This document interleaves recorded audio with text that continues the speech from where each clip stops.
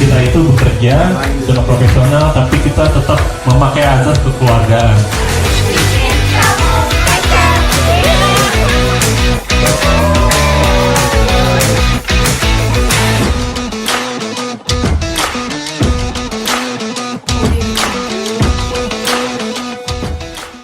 Assalamualaikum warahmatullahi wabarakatuh. Kami dari MTS Anuria Gresik. Hari ini podcast pertama kali kita di Klinik Media MTS Anuria. Perkenalkan, nama saya Nia Anggraini dari kelas 8A. Perkenalkan, nama saya Siti Maulatu Mukarromah dari kelas 8A. Kenalkan, nama saya Adi Perwira Putri dari kelas 8A. Perkenalkan, nama saya Nur Zaimah dari kelas 8A. Nah, teman-teman, kali ini kita akan membahas tentang bagaimana caranya mendapatkan teman baru di lingkungan baru. Dengan narasumber kita yaitu guru kita, Bu Zuratul Fikriah, biasanya disapa dengan Bu Ana. Assalamualaikum Bu Ana. Waalaikumsalam warahmatullahi wabarakatuh. Gimana kabarnya Bu? Alhamdulillah, hari ini keadaannya agak flu, tapi masih dalam keadaan bahagia bisa berkumpul dengan kalian semua. Semoga cepat sembuh ya Bu. Terima kasih banyak. Oke Bu, langsung saja kita mulai podcastnya. Bu, saya izin bertanya. Bagaimana sih Bu caranya mendapat teman baru di lingkungan baru? Sedangkan saya tidak pede banget buat kenalan. Baik, langsung saja ya. Kita nggak akan berlama-lama dalam podcast pertama kita kali ini, dan temanya kelihatannya sangat menarik buat kalian semua yang ada di sini, juga buat anak-anakku yang ada di rumah. Menurut saya atau pengalaman dari Bu Ana sendiri, kalau kita kepengen punya teman di lingkungan yang baru, apa yang harus kita lakukan? Ini kan sudah mendekati PPDB ya. Nanti ada peserta baru didik yang baru, atau kalian nanti ketika masuk ke jenjang berikutnya di suasana yang baru, di lingkungan yang baru. Yang pertama harus dilakukan apa ketika kita berkumpul dengan teman-teman kita yang baru? Kalau menurut Bu Ana, di antaranya kalau kita mau punya kenalan baru, yang pertama kita harus punya rasa percaya diri dulu. Apa itu percaya diri? Ya, kita nggak boleh minder dengan orang, dengan siapapun di suasana yang baru. Pertama kita tumbuhkan percaya diri. Yang kedua apa? Percaya diri dulu disambut dengan kita harus bisa basa-basi. Apa basa-basi? Menyapa. Kita harus bisa mengawali perbincangan, komunikasi, tidak diam. Kalau kita ada orang lain yang baru kan tidak tahu namanya siapa, rumahnya siapa. Kalau kita di pondok, di sekolah, kalian kan hidup di pesantren, tidak kenal satu sama yang lain. Misalnya baru datang, kita dekati teman kita, duduk. Pertama apa tadi? Menyapa. Kita harus punya percaya diri. Dengan apa kita mau menyapa? Biar orang itu tahu, oh ini kok belum dijak kenalan maupun enggak. Kita perlu bahasa tubuh. Yang namanya bahasa tubuh itu dengan apa kita tahu? Dengan kontak mata. Dengan mata kita, dengan gestur tubuh kita, itu akan kelihatan, oh anak ini supel, namanya supel, bisa menerima dengan teman baru. Kita sapa, assalamualaikum, namanya siapa, saling menyapa gantian. Namanya siapa, saling berkenalan, rumahnya mana. Yang perlu diketahui basa-basinya dengan apa, tanya.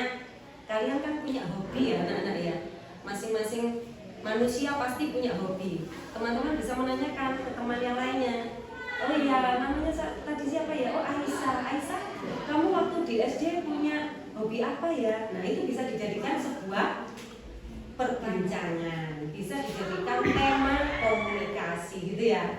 Perbincangan antara teman yang tidak kenal. Dari perbincangan itu kita akan merasakan asyik. Oh ternyata enak juga ya anak ini diajak ngomong, itu ya.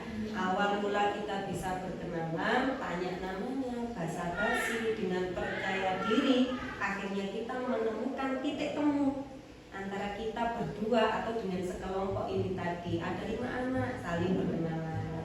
Makanya di sekolah kan ada ya, nanti awal masuk itu ada yang namanya perkenalan dengan teman. Itu waktu awal masuk ya, itu punya teman di lingkungan yang baik. Itu. Yang selanjutnya apa? Kita sebagai manusia tidak boleh menjadi orang lain. Harus bisa menunjukkan kepribadian asli. Tidak boleh menjadi orang lain. Kita harus menjadi diri kita sendiri. Contohnya gimana? Jangan dipaksakan. Misalnya, temannya kok ngomongnya, saya suka menyanyi. Sebetulnya kalian itu tidak senang menyanyi. Ya jangan ngomong, oh iya ya saya suka menyanyi. Dipaksakan menjadi orang lain tersebut tidak boleh. Harus menjadi dirinya sendiri. Karena apa? Kita akan lebih asik ngobrolnya. Kita akan memahami apa yang kita tahu, apa yang kita sukai, gitu ya. Kita akan lebih nyambung ngomongnya. Jadi kita harus punya atau menjadi diri kita sendiri. Yang terakhir apa? Yang terakhir diantaranya agar kita mendapatkan teman di tempat baru itu kita harus melatih yang namanya empati. Apa itu Bu empati? Empati itu kemampuan memahami dan berbagi perasaan orang lain. Jadi kita itu bisa merasakan apa yang dirasakan orang lain tersebut. Kalau teman kita misalnya kok rondo gak seneng ya, oh anak ini gak suka dengan perbincangan kita tentang ini, kita harus bisa mengalihkan.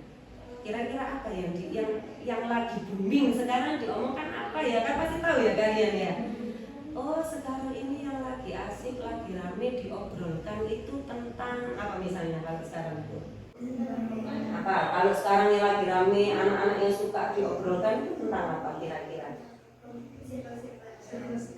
Saling kelompok-kelompok gitu ya. Nah itu bisa dijadikan tema. Tapi kalau baru kenal jangan ngomongkan yang belum dipahami dulu. Sedikit-sedikit diarahkan. Apa ngomongnya didorong ke arah yang mau dibicarakan tadi ya.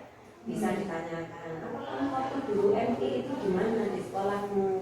Waktu MI dulu bagaimana kamu? Apa pernah dapat juara? Oh iya saya pernah. Aku nggak pernah dapat juara. Oh nggak apa-apa, nggak dapat juara nggak apa-apa. Yang penting sudah berani maju, sudah berani tampil. Jadi kita harus bisa percaya diri dengan diri kita sendiri juga bisa memberikan kepercayaan diri pada orang lain. Jangan terus, alah ternyata kamu nggak punya juara ya. Waktu ini kamu nggak dapat apa-apa ya. Jangan seperti itu. Nanti temannya malah mundur, akhirnya nggak mau berteman.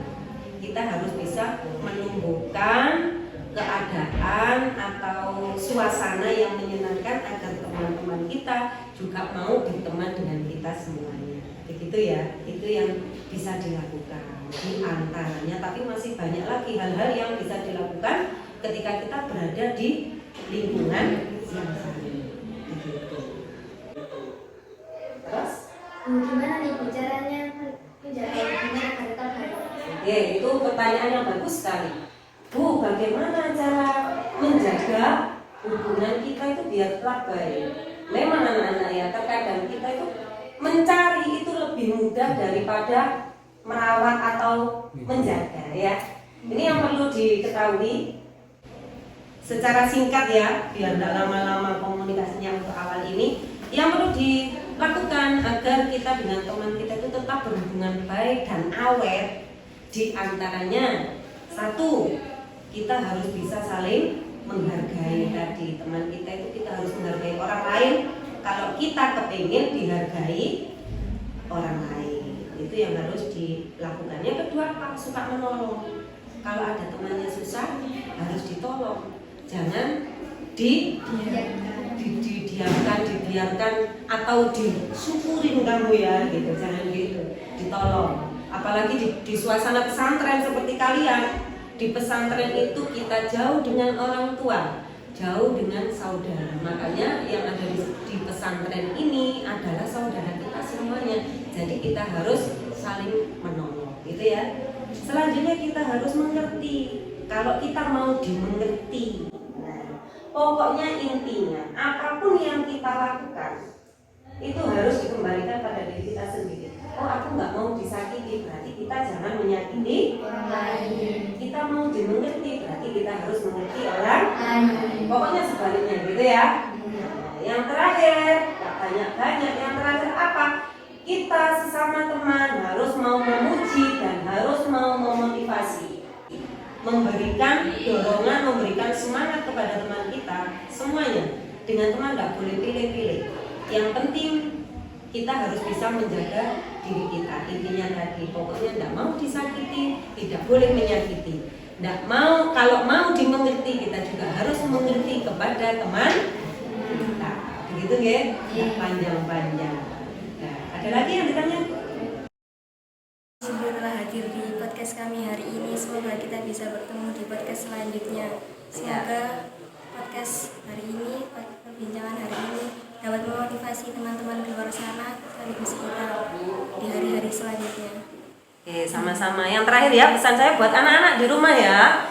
Terakhir saya pesankan kepada anak-anak yang ada di rumah, yang tidak ada di sini, pokok inti dari perbincangan kita hari ini, kita sesama teman harus saling menghargai dimanapun, baik itu di lingkungan sekolah ataupun di lingkungan pesantren, karena keluarga kita yang kedua adalah lingkungan sekolah dan lingkungan pesantren. Orang tua kita yang pertama ada di rumah, orang tua kita yang kedua adalah bapak dan ibu guru kita yang ada di sekolah maupun di pesantren. Itu ya anak-anak ya. Terima kasih atas perhatiannya.